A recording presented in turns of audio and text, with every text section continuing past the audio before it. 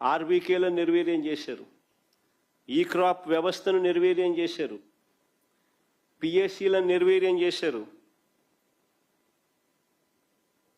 ప్రైవేట్కు ఎక్కువ కేటాయించారు.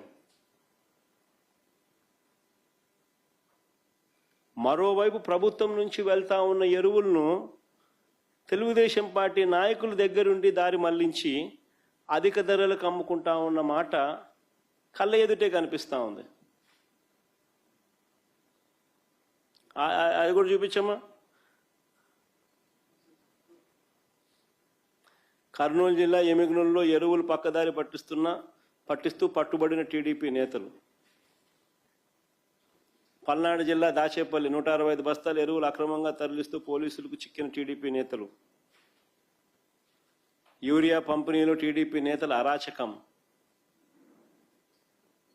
70 టన్నుల యూరియా మాయం.